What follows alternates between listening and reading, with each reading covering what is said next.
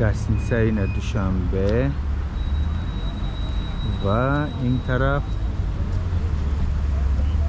هیکل صدرالدین عینی و دامی کبود دانشکده دیزاین. فکر من خیلی نام داره. این طرف نیژنی میر بود. درش میریم طرفی گسنیسه دوشنبه.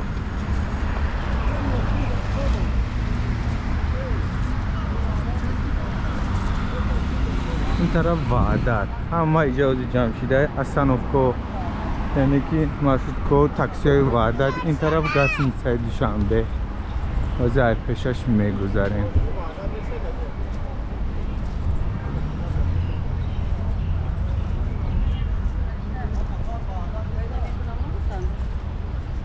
اون دامی خیلی زیبایی بانم از وطن دارد. این گسنیسه این مهمان خانه دوشنبه. بعد مهمان خانه دوشنبه بانم پایتخت کردن که اما طوری نگیرید.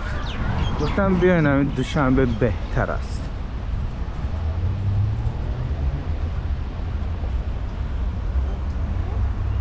این مهمان خانه دوشنبه.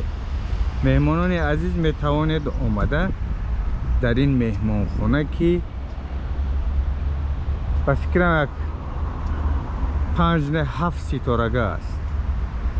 خیلی گرد و اطرافش باغ‌های خیلی زیبا دارد. درخت‌های از دور کودکی ما ایستادگی است. این طرف از این طرف خیلی بینای خوشنو میتابند. این طرف نیژنی میر. این طرف اولا موزه دولتی. این طرف راهی سنتر یعنی که طرف راهی سامانیا. یعنی این مدت بود اسم و مهمان خانه دوشنبه با عکس محترم امام علی رحمه.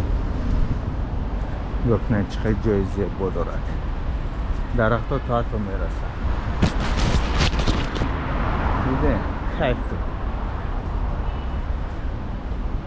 بولوش خیر رکلام امونیا. اینجا پدزم کرد.